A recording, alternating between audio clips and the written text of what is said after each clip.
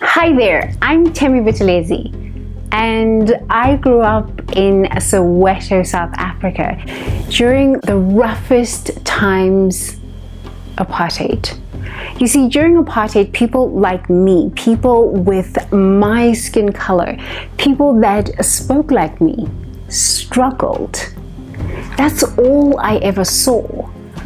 So I never saw anyone that looked like me own a private jet, fly first class or even business class anywhere across the world. People like me never drove Ferraris, stayed in fancy hotels, or even dared to dream to live in a penthouse. I never saw people that looked like me wear $25,000 watches or own designer clothes like Gucci, Prada, or Hermes.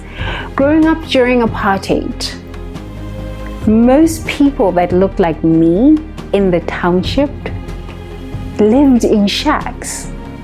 I myself grew up in a one-car garage that I shared with my two younger sisters, my mom and my dad.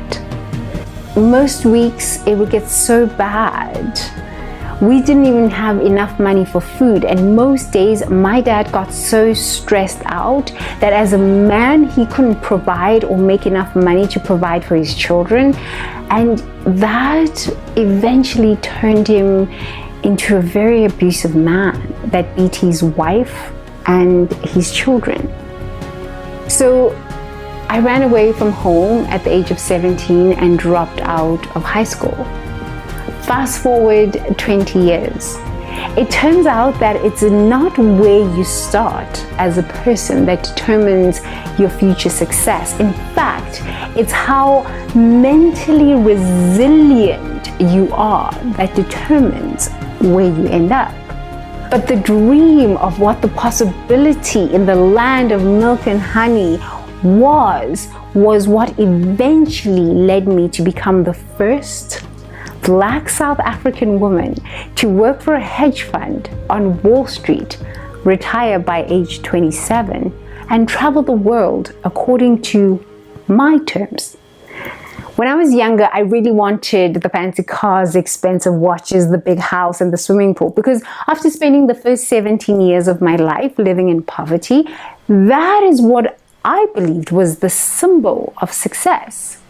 Then I made all the money. Then I bought the fancy watches, ate at expensive restaurants, started traveling first in business class, and stayed in a 5-star hotel all around the world. And I enjoyed some of the most incredible cultural experiences. But still, I felt deeply unfulfilled. In fact, the more I had, the more unfulfilled I felt. So you kind of know what happens then, right? I started drinking a lot, smoking a lot, clubbing 4 nights a week, and eventually I sank into a very deep depression. Most days I considered committing suicide because my life meant so little. Come to find out, 4 years into the heavy, dark, deep depression, success, according to other people's definition, is a dangerous path. While I was working on Wall Street, I found myself working with men who easily made and lost $1 million an hour. And as I spent more time around these men, I found myself wanting to emulate this level of success. You know what they say, birds of a feather flock together. But then during my depression, I spent some time thinking about how incredibly precious and short life is, and that really I didn't want to spend my life and time chasing after somebody else's version of what success and wealth looked like. Because later I found out that the same men whose lives I so desperately wanted to emulate were high on cocaine, and most were going through high-profile divorces and losing the love of their children in the process. And most of them were pretty much depressed, like I was. It is Nelson Mandela who said, "Money won't create success.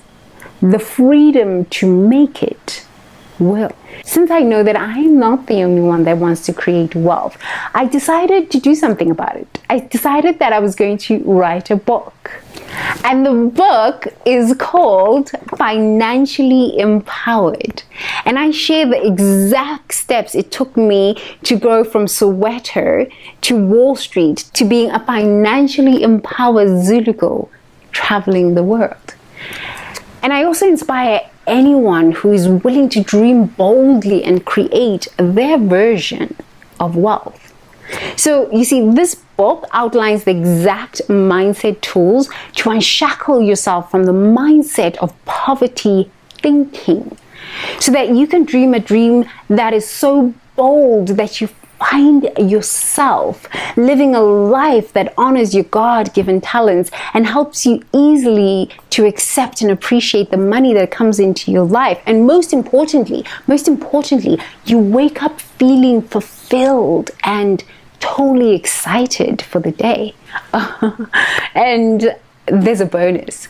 You find yourself living a wealthy life, unshackled and free from the mundane human existence that we call the daily grind. So that's it.